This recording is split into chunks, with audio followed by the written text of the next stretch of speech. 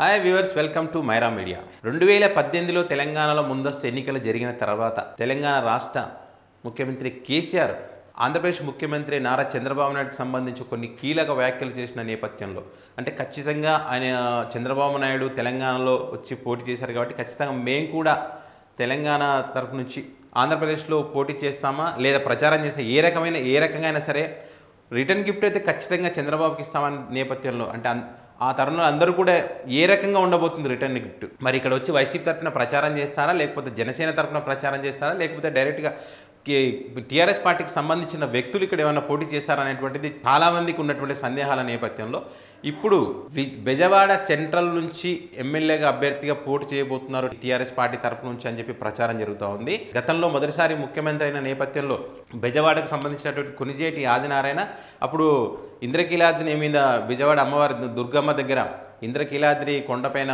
101 కొబ్బరికాయలు కొట్టి తన ప్రచారంలో బాగా పాపులర్ అయిపోయాడు అప్పుడు. ఎందుకంటే అందరూ చర్చించుకున్నారు ఆయన గురించి, ఒక ఆంధ్రప్రదేశ్ తెలంగాణకు సంబంధించిన వ్యక్తి గురించి, ఒక ఆంధ్రప్రదేశ్లో ఉన్న ఒక వ్యక్తి ఇలాంటి కార్యక్రమాలు చేయడం పట్ల కొంత చర్చాంశనీయంగా మారినటువంటి పరిస్థితి అది. మళ్ళీ రీసెంట్గా మనం జరిగినటువంటి ఎలక్షన్లో గెలిచిన తర్వాత కూడా ఆయన కింద అంటే ఇంద్రకీలాద్రి కొండపైకి మోకాళ్ళపైన నడిచినటువంటి పరిస్థితి, మరొకసారి సంచలనానికి తెరలేపారనమాట ఆయన. సో ఇలాంటి నేపథ్యంలో ఖచ్చితంగా మరి ఈ మధ్యకాలంలో రిటర్న్ గిఫ్ట్ వ్యవహారం నడుస్తున్న నేపథ్యంలో ఆయన విజయవాడ సెంట్రల్ నుంచి పోటీ చేయబోతున్నాను టీఆర్ఎస్ పార్టీ అభ్యర్థి తరఫున అని చెప్పి ప్రకటించి ఒక సంచలనాన్ని రేకెత్తించారని చెప్పొచ్చు. ఖచ్చితంగా మరి విజయవాడ సెంట్రల్ నుంచి పోటీ చేయడానికి టీఆర్ఎస్ పార్టీ నాయకులు అధినేత ఎవరైతే ఉన్నారో కేసీఆర్ ఒప్పుకుంటారా లేదా, మరి లేకపోతే ఆయన ఏ రకంగా ఉందో ఆయన ఆదేశాల మేరకే ఈ వ్యాఖ్యలు చేశారనేటువంటిది తేలాల్సి ఉంది.